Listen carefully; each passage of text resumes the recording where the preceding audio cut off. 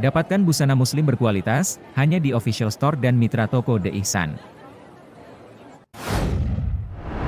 The Ihsan, keep syar'i every day. Kisah Ihsan, kajian inspiratif sahabat Ihsan.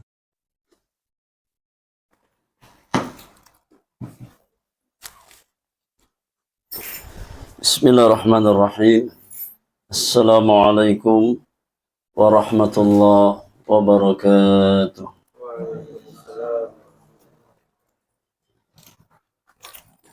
Innal hamdalillah nahmaduhu wa nasta'inuhu wa nastaghfiruh wa na'udzu billahi min shururi anfusina wa min sayyiati a'malina. Man yahdihillahu fala mudilla lahu wa man yudlilhu fala hadiya lahu. Ashhadu an la ilaha illallah wahdahu la syarika lahu wa ashhadu anna Muhammadan abduhu wa rasuluhu la nabiyya ba'dah. Ya ayyuhalladzina amanu taqullaha haqqa tuqatih wa la tamutunna illa wa antum muslimun. Ya ayyuhan nasu taqu rabbakumul ladzi khalaqakum min nafsin wahidah wa khalaqa minha zawjaha wa batha minhuma rijalan katsiran wa nisaa'a. واتقوا الله الذي تساءلون به والأرحام إن الله كان عليكم رقيبا. يا أيها الذين آمنوا اتقوا الله وقولوا قولا سديدا يصلح لكم أعمالكم ويغفر لكم ذنوبكم ومن يطع الله ورسوله فقد فاز فوزا عظيما.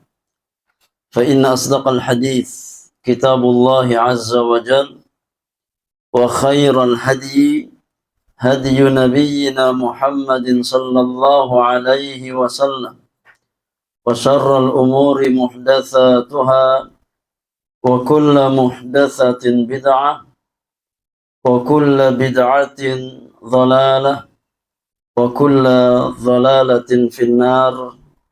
أما بعد. Ikhwani wa akhwati fillah, ma'asyiral muslimin wal muslimat, rahimani wa rahimakumullahu ajma'in.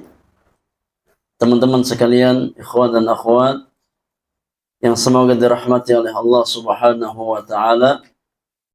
Kita bersyukur kepada Allah Subhanahu wa taala yang kembali mempertemukan kita di kesempatan sore hari ini. Kita berkumpul dalam rangka bertaqarrub kepada Allah Subhanahu wa taala, menjalankan salah satu perintah yang Allah perintahkan atas orang-orang beriman, yaitu bertalabul ilmi syar'i, mempelajari ilmu agama. Karena ilmu inilah yang akan menjadi asas dan pondasi keselamatan serta kebahagiaan seorang hamba dalam kehidupan dunia dan kehidupan akhiratnya.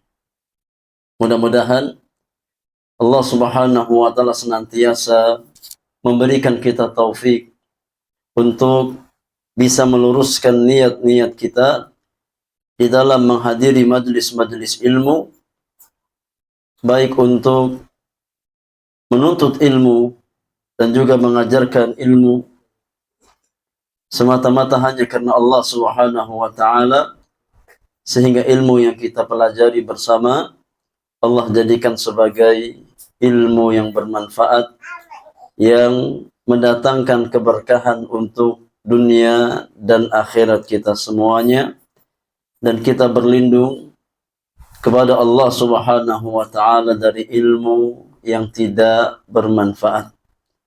Salawat dan salam semoga senantiasa tercurahkan secara sempurna kepada qudwah hasanah kita Nabi kita Muhammad sallallahu alaihi wasallam, kepada keluarga beliau, kepada sahabat-sahabat beliau, dan kepada setiap umat Rasulullah sallallahu alaihi wasallam yang senantiasa berusaha untuk istiqamah berjalan di bawah naungan petunjuk dan sunnah Rasulullah sallallahu alaihi wasallam. Teman-teman yang Allah muliakan, kita melanjutkan kembali pelajaran kita di dalam membahas dan mengkaji risalah yang sangat bermanfaat, yaitu risalah Kitabut Tauhid alladhi huwa haqqullahi 'alal 'abid, yang ditulis oleh Fadilatul Syekh Al-Imam Al-Mujaddid Syekh Al-Islam Muhammad bin Abdul Wahhab At-Tamimi rahimahullahu ta'ala. Kita melanjutkan pembahasan bab yang pertama tentang kewajiban mentauhidkan Allah subhanahu wa ta'ala. Kita sampai pada athar Abdullah bin Mas'ud radhiyallahu ta'ala anhu wa ardhahu, yang dikeluarkan oleh Al-Imam At-Tirmidzi di dalam sunannya, dan juga Al-Imam At-Tabrani di dalam Al-Mu'jamul Awsat. Qala Ibnu Mas'udin radhiyallahu anhu, berkata sahabat yang mulia Abdullah bin Mas'ud radhiyallahu ta'ala anhu wa ardhah,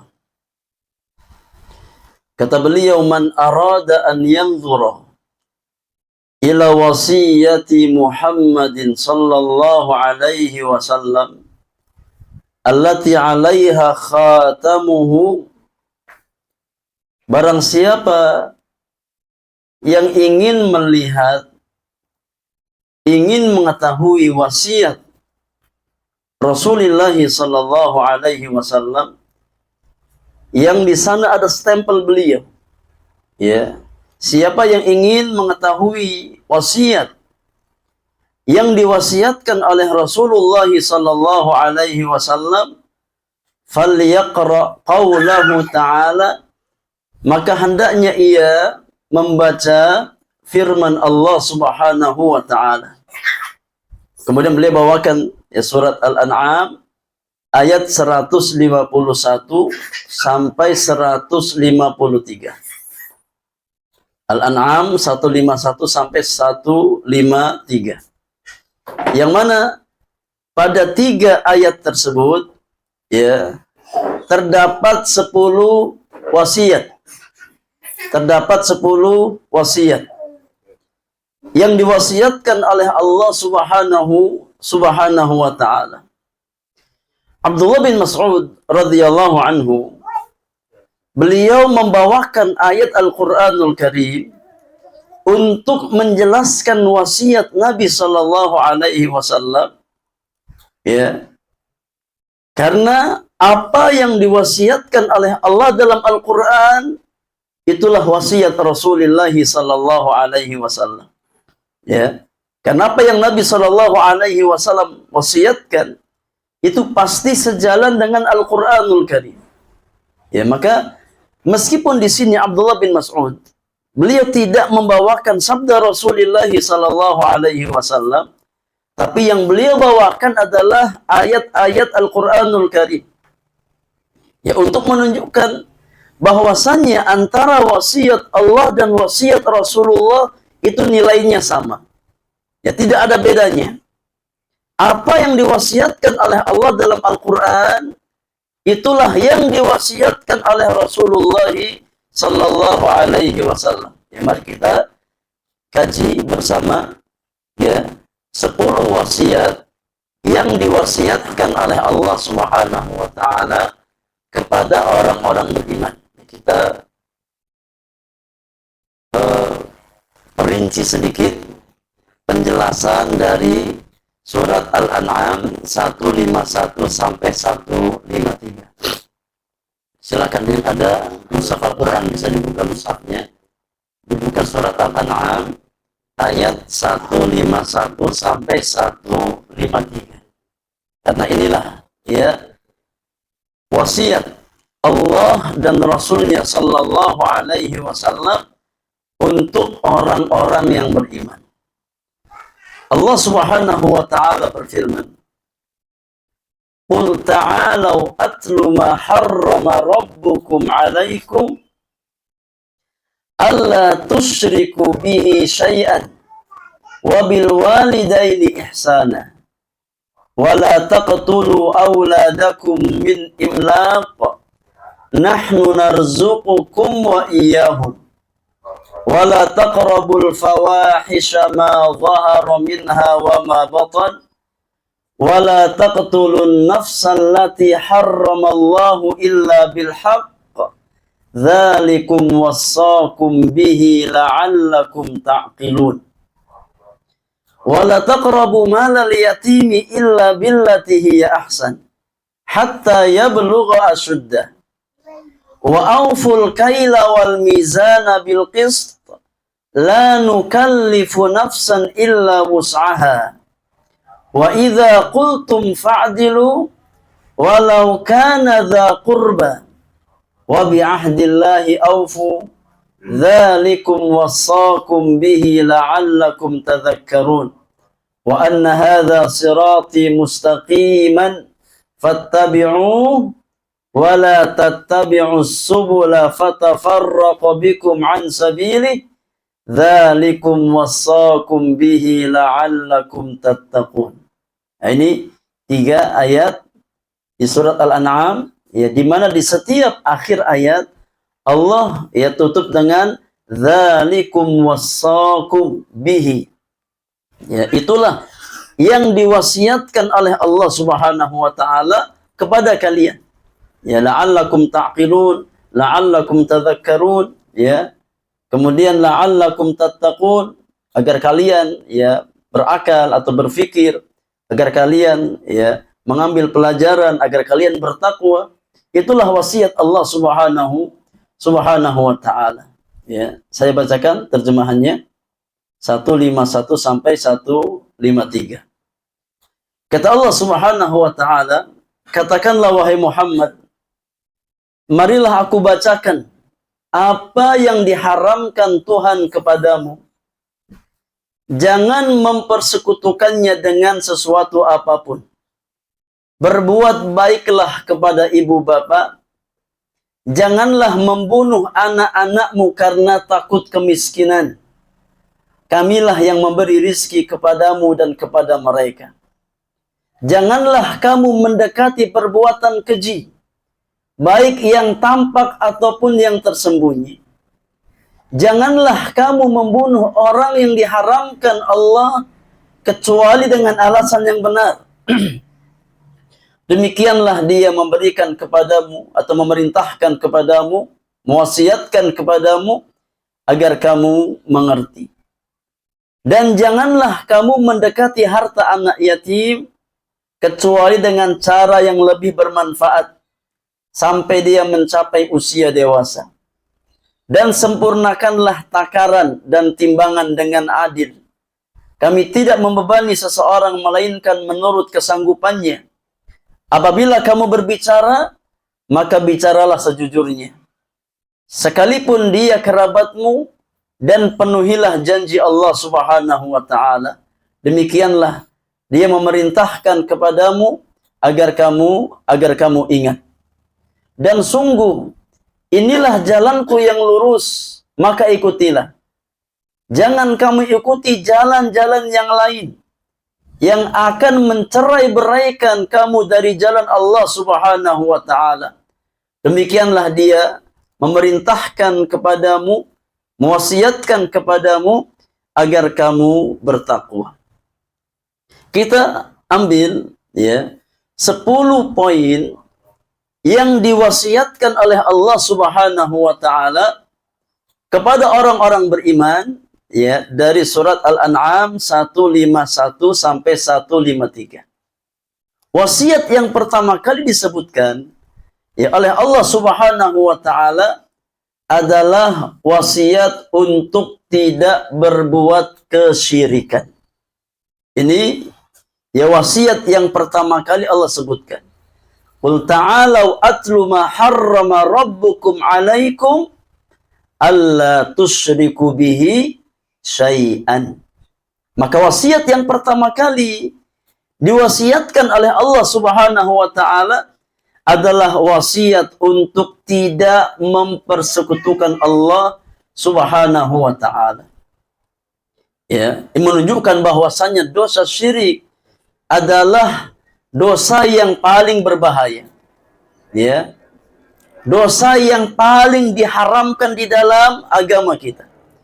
Ketika Allah Subhanahu wa taala menyebutkan macam-macam dosa yang diharamkan, ya, maka yang pertama kali disebutkan adalah dosa kesyirikan. Dosa mempersekutukan Allah Subhanahu wa taala. Ini menunjukkan bahwasanya tidak ada dosa yang lebih berat, yang lebih besar dikerjakan oleh seorang hamba kecuali dosa berbuat kesyirikan kepada Allah Subhanahu wa taala. Ya. Mempersekutukan Allah Subhanahu wa taala. Maka ini menunjukkan bahayanya syirik. Ya. Oleh karenanya ketika seseorang dia meninggal dunia dalam kondisi berbuat kesyirikan kepada Allah, ya, kemudian sampai akhir hayatnya dia tidak bertaubat kepada Allah Subhanahu wa taala, maka dosanya tidak akan diampuni oleh Allah Subhanahu wa taala. Dan dia akan diharamkan dari surga Allah Subhanahu wa taala dan dikekalkan di dalam api neraka Allah Subhanahu wa taala. Ya, sebagaimana firman Allah Subhanahu wa taala, "Innallaha la yaghfiru ay yushraka bihi wa yaghfiru ma duna dzalika liman yasha." Sesungguhnya Allah Subhanahu wa taala tidak akan mengampuni ya dosa orang yang berbuat kesyirikan kepadanya. Dan Allah masih ya memberikan harapan. Allah masih ya mengampuni dosa-dosa yang levelnya di bawah kesyirikan bagi orang yang dikehendaki oleh Allah Subhanahu wa taala. Di ayat yang lain Allah Subhanahu wa taala berfirman, "Innahu man yusyrik billah faqad harramallahu alaihi al-jannah wa ma'wahu an-nar wa ma lidh-dhalimin min ansar." Kata Allah Subhanahu wa taala, sesungguhnya barang siapa yang berbuat kesyirikan kepada Allah Subhanahu wa taala, siapa yang mempersekutukan Allah Subhanahu wa taala, maka Allah akan haramkan baginya surga. Ya. Dan tempat kembalinya adalah neraka Allah Subhanahu wa taala. Dan tidak akan ada penolong bagi orang-orang yang zalim. Dan tidak ada kezaliman yang lebih besar daripada ya kezaliman perbuatan syirik kepada Allah Subhanahu wa taala. Maka yang pertama kali diwasiatkan ya adalah wasiat untuk tidak berbuat kesyirikan kepada Allah Subhanahu wa taala. Maka hendaknya orang-orang beriman waspada. Ya, jangan sampai dia melakukan perbuatan kesyirikan kepada Allah Subhanahu wa taala.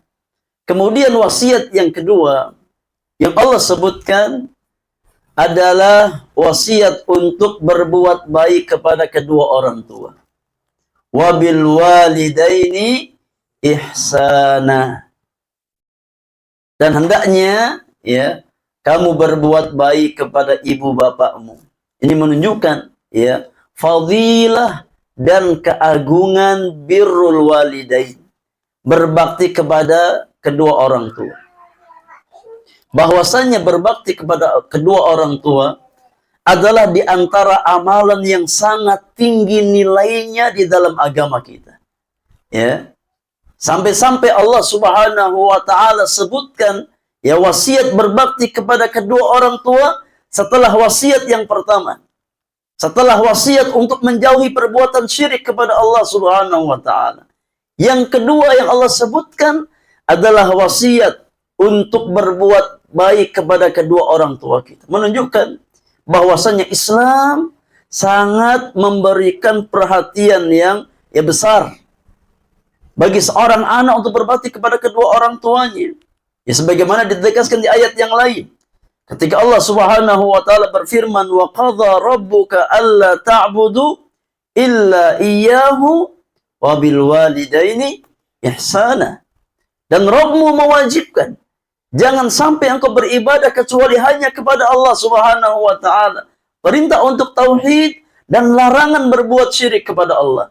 Dan Allah gandengkan ya perintah tauhid tersebut dengan perintah untuk berbakti kepada kedua orang tua kita. Menunjukkan, kata para ulama, bahwasannya birrul walidain adalah di antara amalan yang sangat dicintai oleh Allah Subhanahu wa taala. Di antara amalan yang pahalanya sangat besar di sisi Allah Subhanahu wa taala. Maka pemahaman kebalikannya, mafhum mukhalafah, ya. Ketika Allah Subhanahu wa taala mewasiatkan orang-orang beriman untuk berbuat baik kepada kedua orang tuanya, pemahaman kebalikannya, Islam melarang ya seorang anak untuk durhaka kepada kedua orang tuanya. Kalau seandainya birrul walidain adalah di antara amalan yang sangat tinggi nilai pahalanya, maka sebaliknya, ya uququl walidain, durhaka kepada kedua orang tua, di antara dosa yang sangat berat nilainya di hadapan Allah Subhanahu wa taala. Maka jangan ya kita bermain-main dalam masalah ya kedurhakaan terhadap orang tua kita. Ya karena dosanya nggak ringan. Ya ketika orang tua kita sakit hati dengan ucapan lisan kita, ya kemudian meneteskan air mata karena perbuatan kita, maka nilainya sangat berat di hadapan Allah Subhanahu wa taala. Kalau seandainya ada seorang anak yang ingin berangkat berjihad di jalan Allah Subhanahu wa taala, keluar ingin membela agama Allah Subhanahu wa taala, namun ya orang tuanya menangis tidak mengizinkan anak tersebut, ya dilarang oleh Nabi Shallallahu Alaihi Wasallam untuk keluar berjihad, ya diperintahkan untuk kembali kepada kedua orang tuanya, menggembirakan kedua orang tuanya, membuat keduanya tertawa sebagaimana telah dia buat menangis keduanya. Kata Nabi Shallallahu Alaihi Wasallam, irji' ilaihima wa adhikhuma kama abkaitahuma. Pulang kembali temui orang tuamu, buat keduanya tertawa sebagaimana engkau telah membuat keduanya menangis. Bayangkan dia minta izin keluar untuk berjihad di jalan Allah Subhanahu wa taala. Ya, apalagi seseorang yang dia membuat orang tuanya menangis ya karena ya bukan karena ketaatan kepada Allah Subhanahu wa taala, ya. Maka tidak ada dosa yang pelakunya disegerakan hukumannya di dunia, selain juga hukuman yang akan diberikan kepadanya di hari kiamat nanti, ya, yang lebih berbahaya bagi seseorang kecuali dosa kedurhakaan seorang anak terhadap orang tuanya. Itu wasiat yang kedua. Yang Allah wasiatkan kepada orang-orang beriman, ya, wasiat untuk berbakti kepada kedua orang tua kita. Kemudian yang ketiga, di antara 10 wasiat yang Allah wasiatkan di surat Al-An'am 151 sampai 153 adalah wasiat ya untuk tidak membunuh anak-anak kita karena khawatir ya kemiskinan.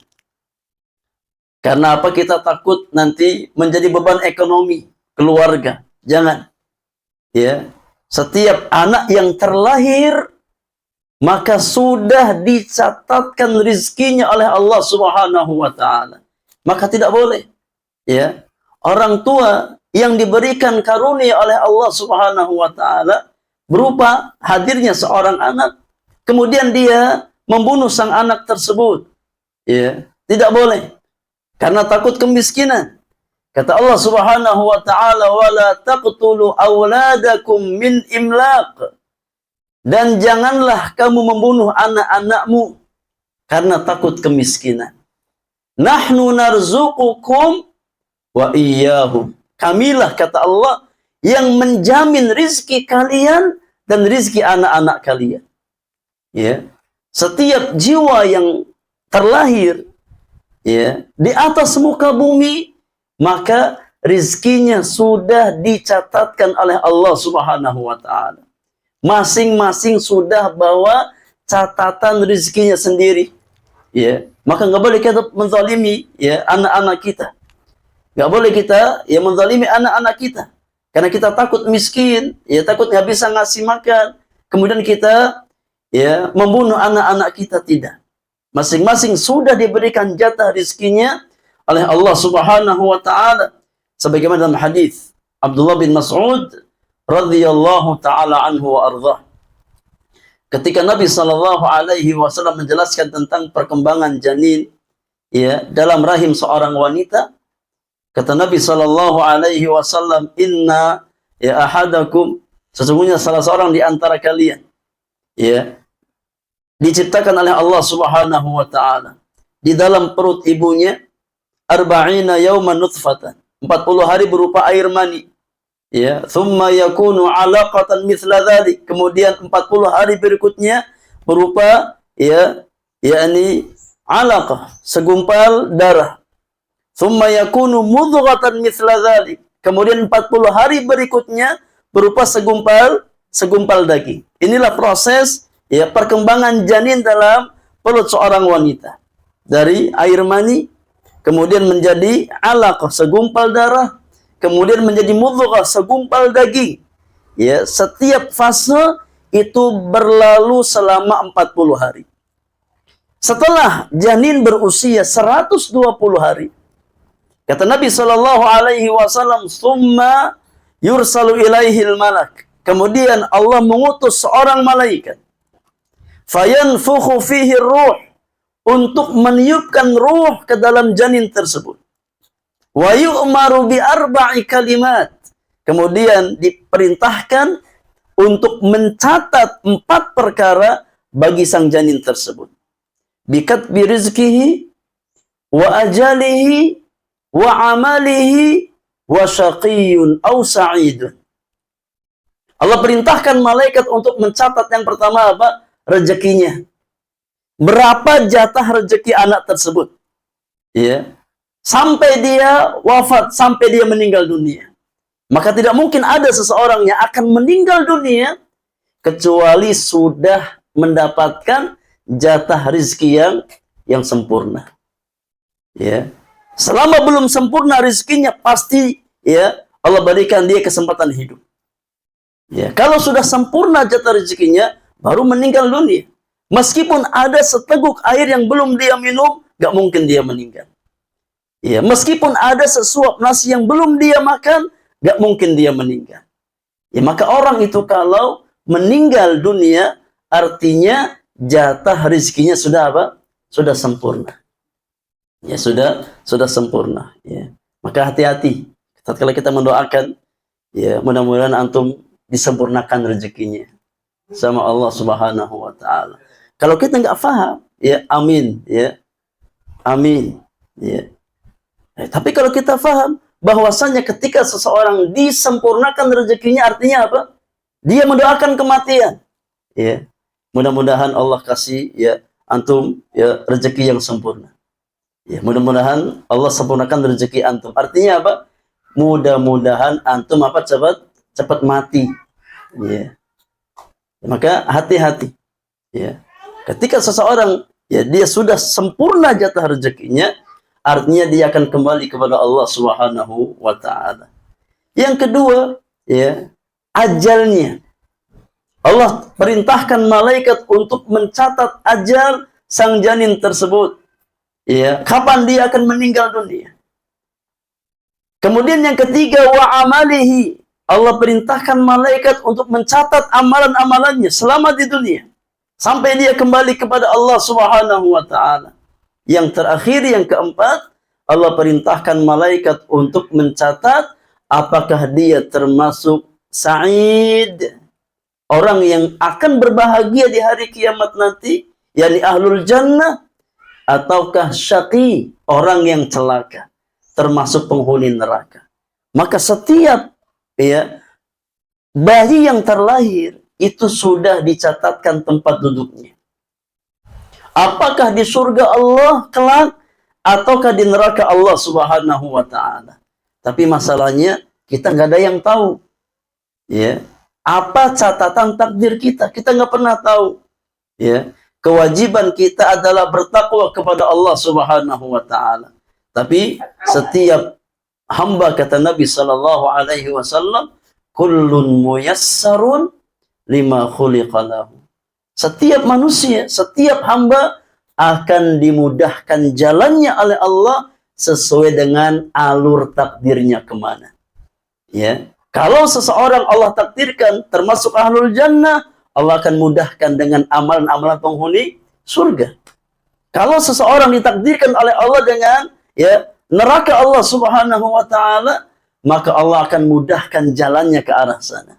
Ya, masing-masing dimudahkan oleh Allah Subhanahu wa taala sesuai dengan jalan takdirnya. Maka tidak boleh kita menzalimi anak-anak kita, ya, menggugurkan kandungan karena takut apa? Ya, kelahiran anak, takut nggak bisa ngasih makan. Tidak. Yang memberikan rizki bukan kita. Ya, tapi Allah Subhanahu wa taala. Kemudian wasiat yang keempat, di antara 10 wasiat yang Allah wasiatkan kepada orang-orang beriman, wala taqrabul fawahisha ma dhahara minha wa ma batan. Wasiat, ya. Dan janganlah kamu mendekati perbuatan fahisyah, perbuatan keji, perbuatan zina, baik yang tampak maupun yang tersembunyi. Ini wasiat yang keempat. Ya, wasiat untuk menjauhi segala macam bentuk perbuatan zina. Ya, baik yang tampak ataupun yang tersembunyi. Hendaknya orang-orang beriman bertakwa kepada Allah Subhanahu wa taala. Ya. Bahwasanya semua tingkah laku, semua perbuatan yang dia lakukan diawasi oleh Allah Subhanahu wa taala dan dicatat oleh malaikat Allah Subhanahu wa taala. Ya, apapun yang kita lakukan, baik yang tampak di hadapan manusia ataupun yang kita sembunyikan antara diri kita dengan Allah Subhanahu wa taala, semua orang nggak tahu, ya. Tapi Allah Subhanahu wa taala Maha mengetahui. Ya, Allah Subhanahu wa taala Maha mengawasi setiap perbuatan hamba-hambanya. Ya, dan dicatat oleh malaikat Allah Subhanahu wa taala. Maka perbuatan fahisyah, perbuatan zina, ya, adalah di antara dosa besar yang sangat besar yang dilarang di dalam agama kita. Maka hendaknya orang-orang beriman yang menjauhi perbuatan zina tersebut, baik yang tampak ataupun yang tersembunyi. Wasiat yang kelima, di antara wasiat Allah Subhanahu wa taala kepada orang-orang beriman adalah wasiat, ya, larangan membunuh jiwa dengan tanpa hak. Ya.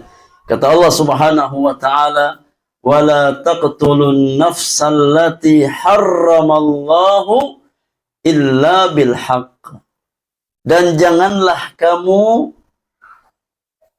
membunuh orang yang diharamkan oleh Allah untuk dibunuh kecuali dengan alasan yang benar. Apa contohnya? Seperti qisas. Ya, orang yang membunuh, menghilangkan jiwa dengan tanpa hak, maka dia berhak dibunuh lagi. Ya. Itu alasan yang dibenarkan syariat. Atau seseorang dia murtad, keluar dari agamanya, ya maka dibunuh. Itu alasan yang benar. Sebagaimana sabda Nabi sallallahu alaihi wasallam, "Man baddala dinahu faqtuluhu."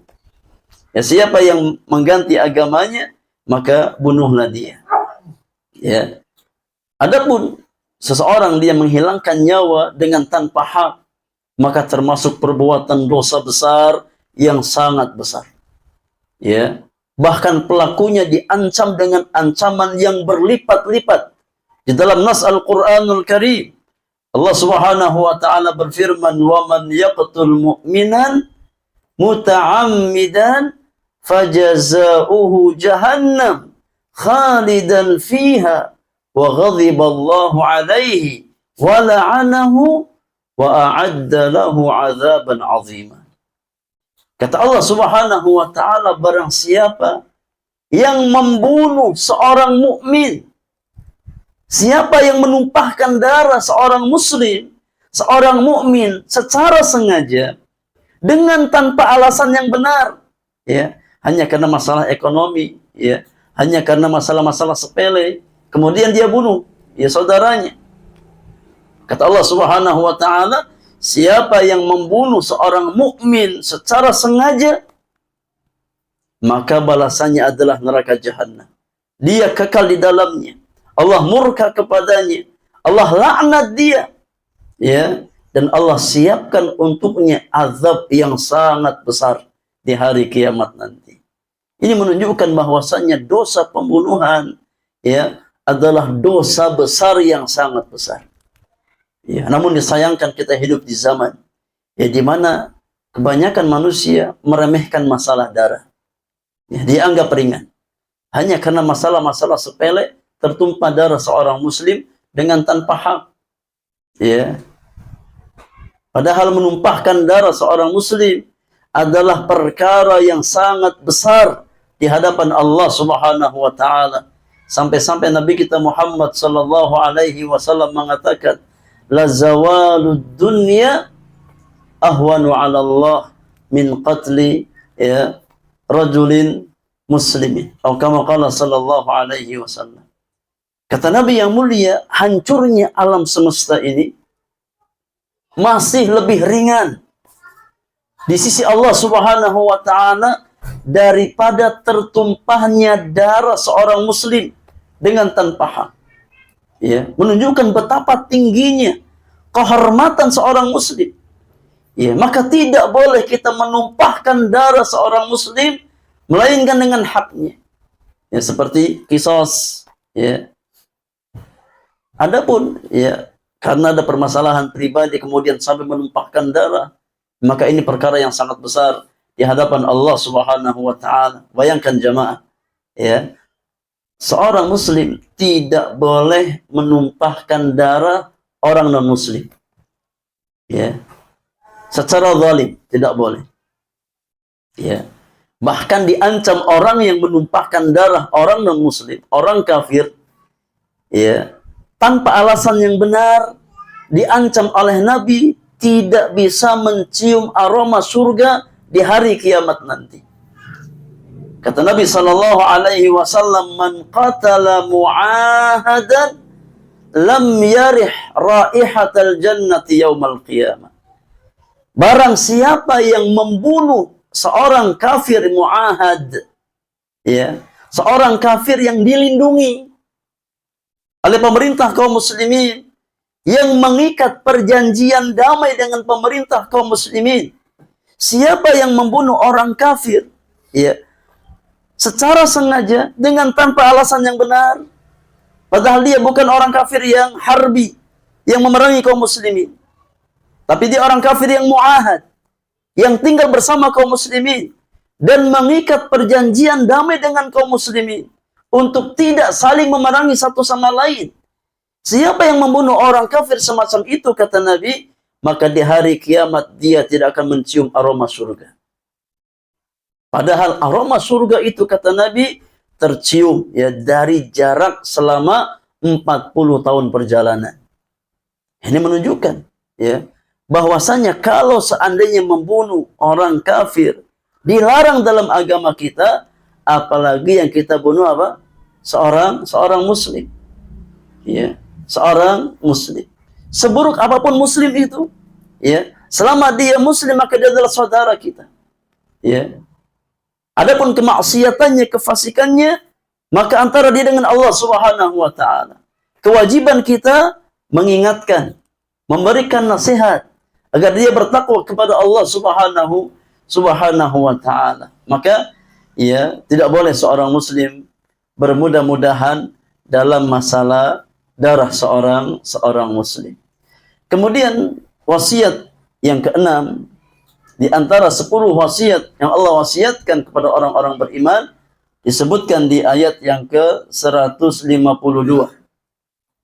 Kata Allah Subhanahu wa taala, "Wa la taqrabu malal yatim illa billati hiya ahsan hatta yablugha asyuddah." Dan janganlah kamu mendekati harta anak yatim dengan maksud ya mengambil secara zalim. Janganlah kamu mendekati harta anak yatim kecuali dengan cara yang lebih bermanfaat untuk maslahat anak yatim. Gak ada masalah. Ya, kita mengelola harta mereka untuk manfaat mereka, untuk memberikan maslahat kebaikan kepada mereka, gak ada masalah.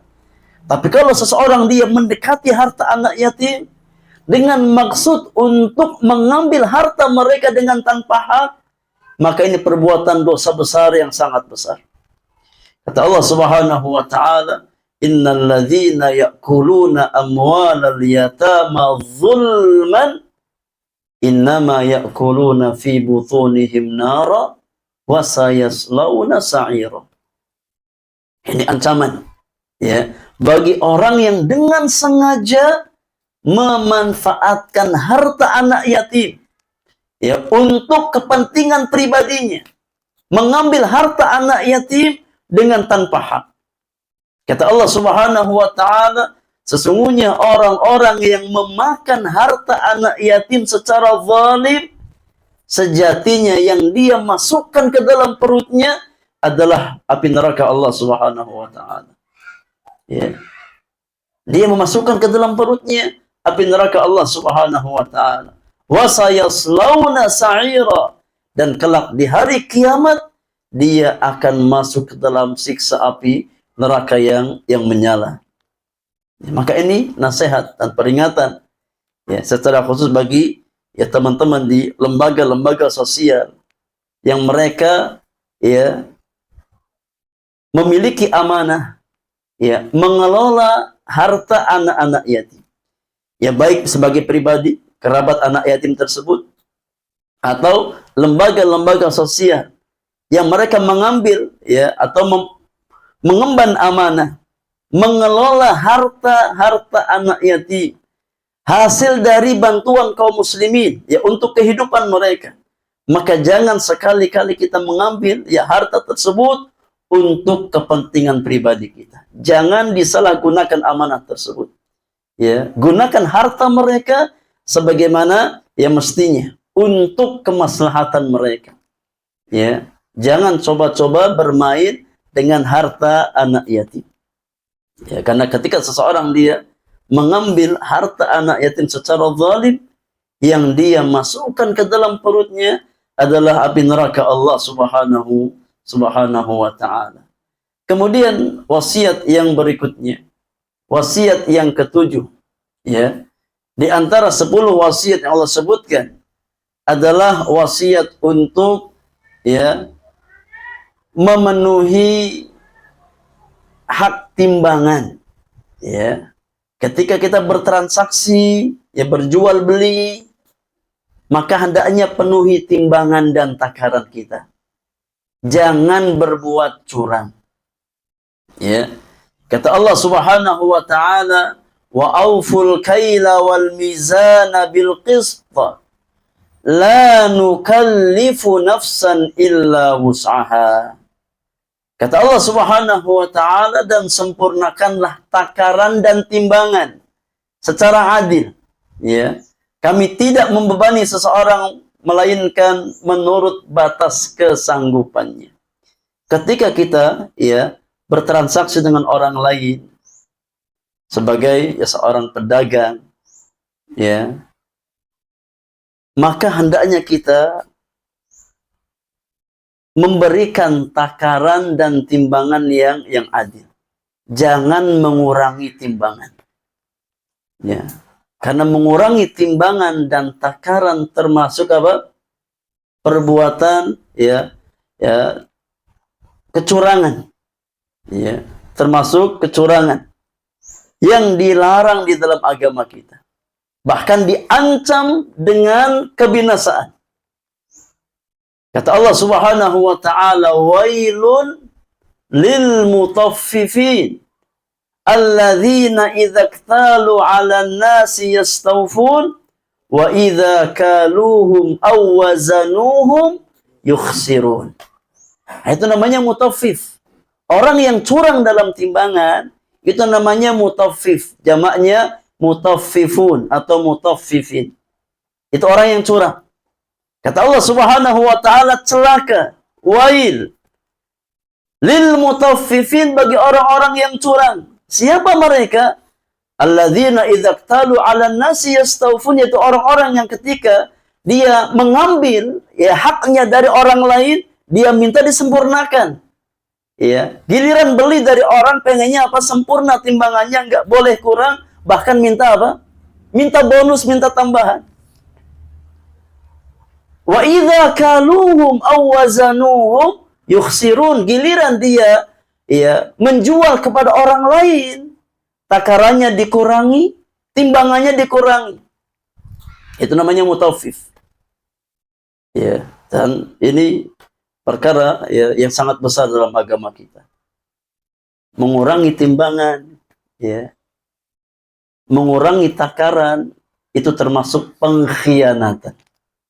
Ya, dan khianat di antara karakter siapa? Di antara karakter siapa? Orang-orang munafik, munafiqun. Wa idza tumina khana. Ketika diberikan amanah maka dia khianat. Itu di antara sifat orang-orang munafik. Ya, maka hati-hati dalam masalah takaran, dalam masalah timbangan. Ya, enggak boleh kita bermain curang. Ya, demi mendapatkan keuntungan duniawiyah yang sangat sedikit, kita sampai berbuat curang. Ya, mengurangi timbangan, mengurangi takaran. Ya, ini perkara yang diharamkan dalam agama kita. Dan hartanya tidak akan berkah. Ya, kalau seseorang dia berbuat curang dalam perniagaannya, dalam usahanya, hartanya nggak akan berkah. Ya, imma anaknya durhaka, diambil sama anaknya, imma hartanya kena musibah, kena kebakaran, imma hartanya habis untuk mengobati penyakitnya, nggak berkah hartanya. Ya, dikit-dikit apa sakit ke dokter, ya butuh biaya besar. Ya, dia dapat untung besar dari hasil apa kecurangannya, tapi habis tanpa ada manfaat, tanpa ada faidah. Ya, buat sedekah berat, buat bantu anak yatim berat, buat apa kurban berat, buat umroh berat, akhirnya habis buat apa? Buat berobat, ya habis, ya diambil sama anaknya dan yang lain. Itu karena apa? Hartanya tidak diberkahi oleh Allah Subhanahu wa taala. Di antara sebabnya karena perbuatan curang yang dia lakukan. Kemudian wasiat yang ke-8. Wasiat yang ke-8 di antara 10 wasiat yang Allah sebutkan adalah ya berkata jujur. Berkata jujur, berkata adil. Ya. Berkata adil. Memberikan persaksian secara adil. Ya, tidak melebih-lebihkan dan tidak mengurang-urangi, tapi kita berkata secara jujur, ya, dan apa adanya. Ya. Kata Allah Subhanahu wa taala, wa idza qultum fa'dilu walau kana dza qurba. Apabila kamu berbicara, maka bicaralah sejujurnya. Ya. Sekalipun dia adalah kerabatmu. Ya. Ketika kita ya menjadi saksi untuk orang terdekat kita, kalau memang dia salah, ya katakan salah. Jangan ditutup-tutupi. Ya. Berkata sejujurnya. Kalau dia salah, salahkan. Ya, nggak boleh kita apa? Bersikap dusta. Hanya karena apa? Dia kerabat kita atau saudara kita, akhirnya yang salah dibenarkan. Kemudian yang benar disalah-salahkan. Maka ini perbuatan dusta. Ya, yang dilarang di dalam agama kita. Maka Allah wasiatkan orang-orang beriman untuk berkata yang adil. Ya, secara khusus ketika dia bersaksi untuk orang lain, ya, bersikap adil di dalam persaksiannya.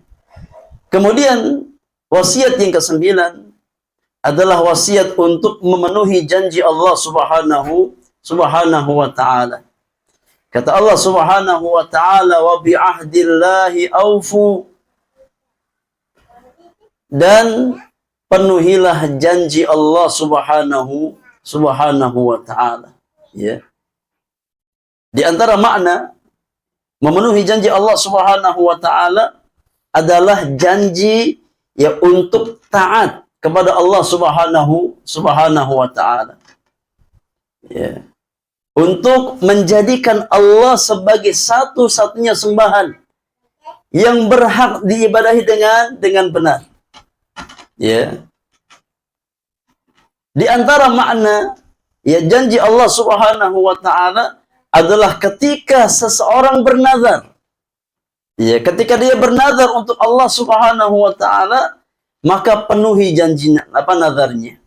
Jangan dia ingkari. Ya Allah, ya kalau seandainya Engkau memberikan kesembuhan kepada anak hamba akan bersedekah 10 juta. Ya, sebagai syukur atas kesembuhan anak hamba. Maka ketika Allah Subhanahu wa taala memberikan apa yang kita nazarkan, kewajiban kita adalah memenuhi janji Allah Subhanahu wa taala.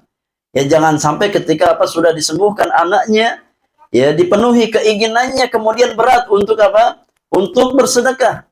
Aduh, 10 juta. Sayang. Ya. Bisa buat DP mobil baru. Ya, bisa buat DP motor. Ya. Maka ini nggak boleh. Itu namanya apa? Mengingkari ya perjanjian dengan Allah Subhanahu wa taala. Maka orang-orang beriman hendaknya ya memenuhi janjinya ketika dia berjanji kepada Allah Subhanahu wa taala. Kemudian wasiat yang terakhir, wasiat yang ke-10 Allah sebutkan di ayat yang ke-153.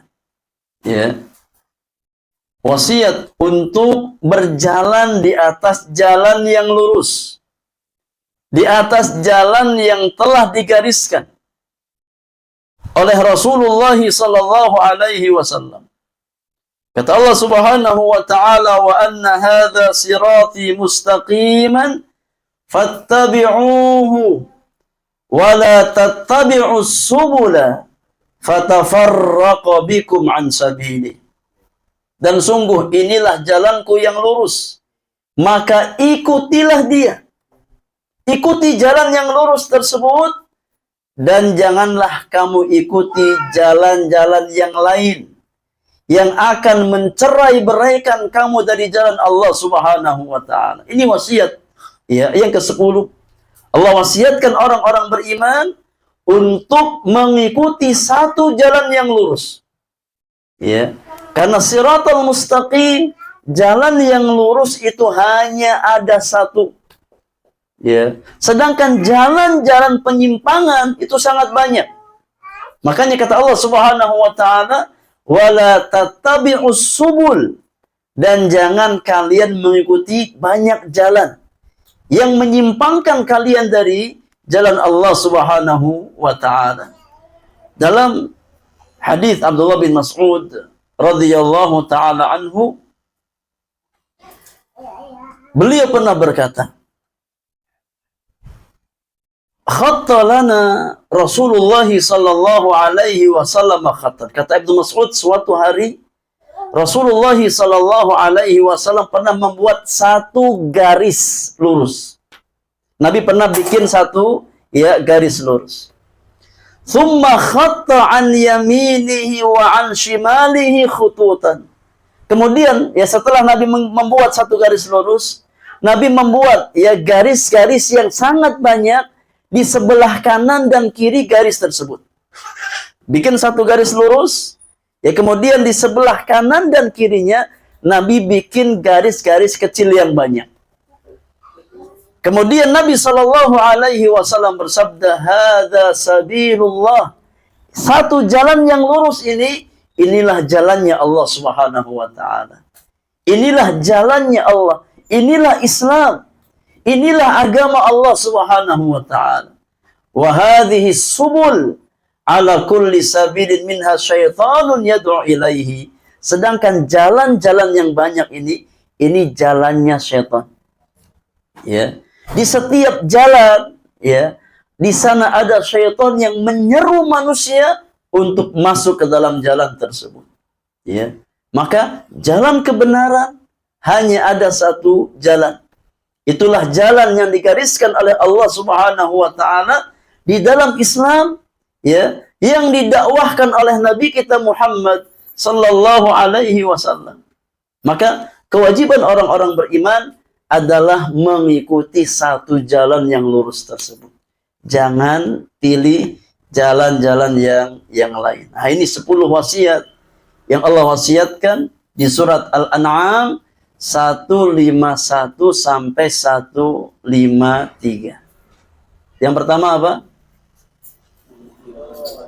Wasiat untuk tidak berbuat kesyirikan kepada Allah. Yang kedua, wasiat untuk berbuat baik kepada kedua orang tua atau berbakti kepada kedua orang tua. Yang ketiga, wasiat untuk tidak membunuh ya anak-anak kita karena takut miskin. Yang keempat, wasiat untuk ya tidak mendekati perbuatan keji atau perbuatan zina. Yang kelima, wasiat ya untuk tidak menumpahkan darah dengan tanpa hak.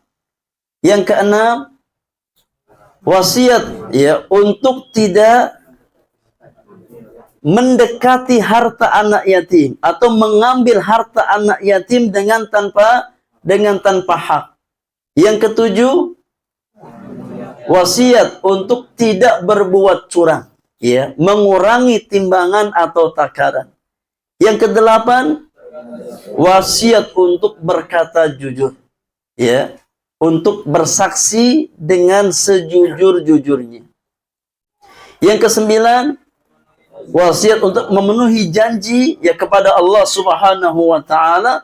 Wasiat yang ke-10 ya untuk berjalan di atas jalan yang lurus dan menghindari ya jalan-jalan syaitan yang memalingkan manusia dari jalannya Allah Subhanahu wa taala. Ya. Poinnya jamaah. Ya, ketika penulis membawakan athar Ibnu Mas'ud ini, poinnya yang ingin beliau angkat satu, yaitu di wasiat yang pertama. Ya. Ketika Allah Subhanahu wa taala menyebutkan 10 wasiat di surat Al-An'am 151 sampai 153, yang pertama kali Allah angkat apa? Larangan berbuat syirik. Nah, ini poinnya. Ini menunjukkan bahwasanya perbuatan syirik adalah ya dosa besar yang paling besar yang hendaknya dijauhi oleh orang-orang yang beriman. Ya.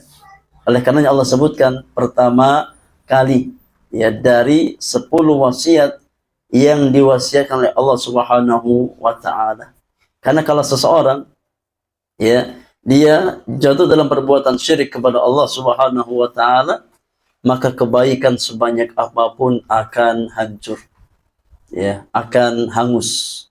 Sebagaimana Allah firmankan kepada Nabi-Nya sallallahu alaihi wasallam, "Wa laqad uhiya ilaika wa ilal ladzina min qablika la in asyrakta la yahbatanna amaluka wa la takunanna minal khasirin." Dan sungguh wahai Muhammad, telah diwahyukan kepada engkau dan nabi-nabi sebelum kamu.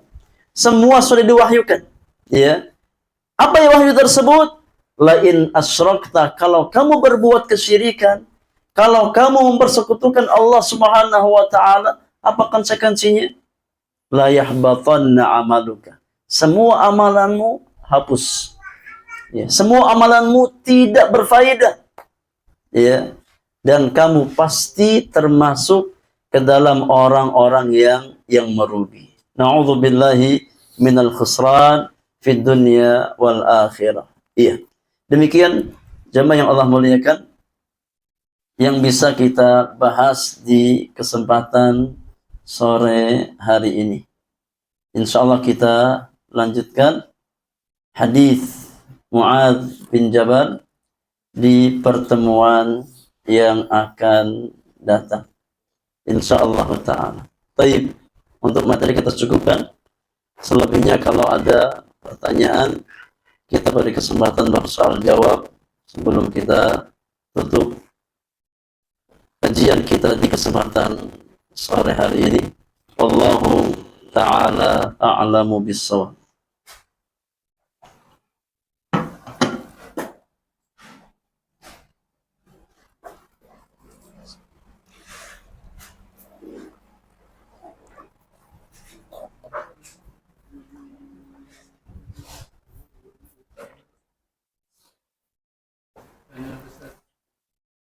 Fadhal. Kalau mempercayai perkara-perkara amal itu syirik atau enggak? Apa contohnya? Misalkan kalau orang tua bilang, nah jangan begini nanti misalkan celaka.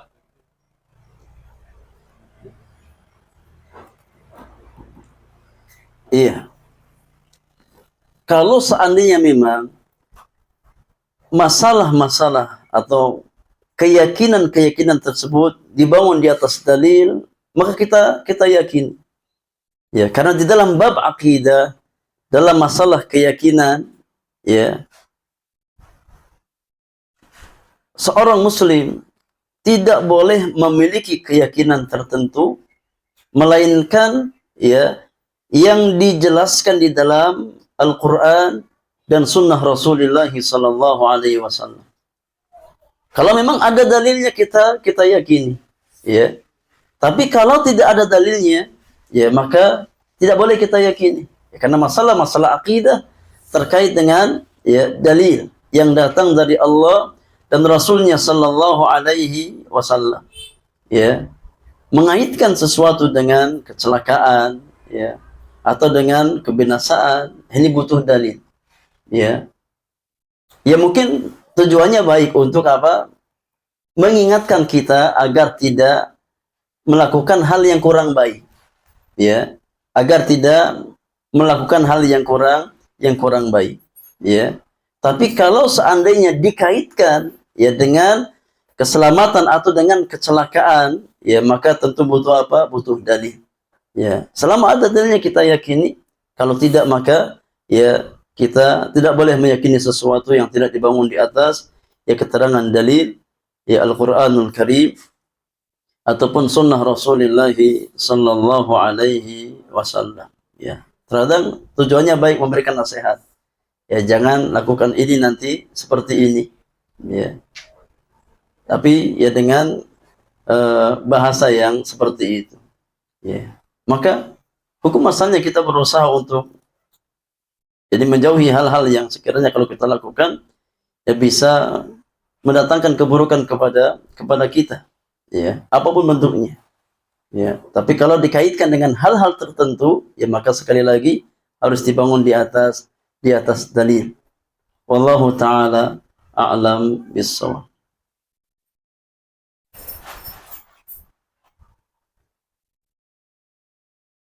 Kalau nggak ada, berarti masuk ke dalam khurafat. Ya, perkara-perkara yang sifatnya khurafat. Keyakinan-keyakinan yang tidak mendasar, ya, yang diyakini namun ya tidak ada hakikatnya. Mimbab khurafat. Wallahu a'lam bishawab.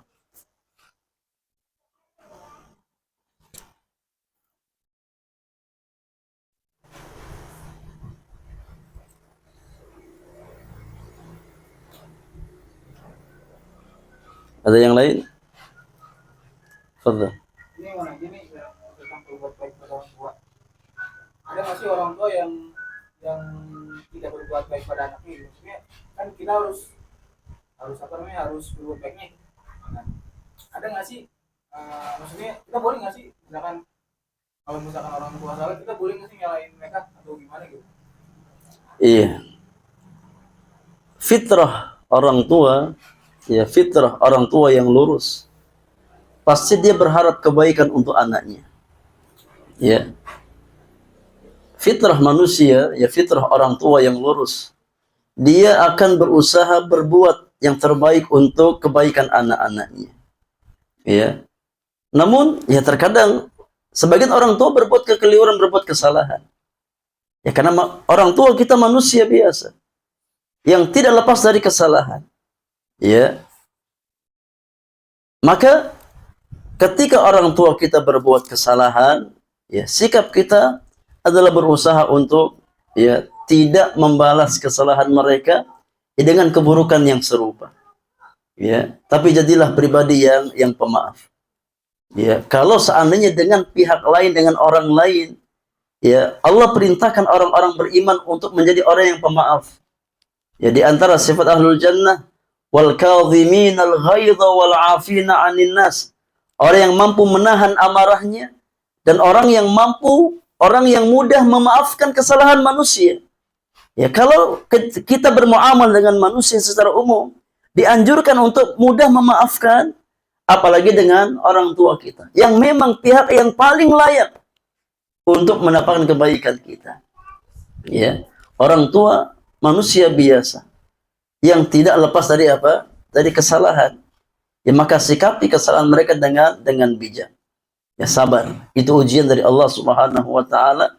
Ya, kita tetap berusaha untuk berbakti kepada kedua orang tua kita. Seburuk apapun orang tua kita, tetap seorang anak ya memiliki tanggung jawab dan kewajiban untuk berbuat baik kepada kedua orang tuanya. Idfa' billati hiya ahsan. Ya, balas keburukan dengan cara yang lebih baik. Ya, dengan cara yang lebih baik. Jangan balas keburukan dengan keburukan. Ya, apalagi itu orang tua kita. Ya.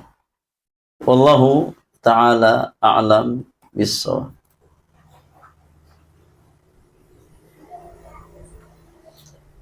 Baik, cukup teman-teman yang Allah muliakan. Insyaallah kita lanjutkan lagi di pertemuan yang akan datang. Mudah-mudahan apa yang kita kaji bersama bermanfaat untuk kita semuanya. Apa-apa yang hak semata-mata taufik dari Allah Subhanahu wa taala, yang salah dan kurang karena kesalahan dan kekurangan ilmu yang saya miliki. Wassallallahu ala nabiyyina Muhammadin wa alihi wa sahbihi ajma'in. Wa akhiru da'wana alhamdulillahi rabbil alamin. Subhanakallahumma wa bihamdika asyhadu an la ilaha illa anta astaghfiruka wa atubu ilaik. Assalamualaikum warahmatullahi wabarakatuh.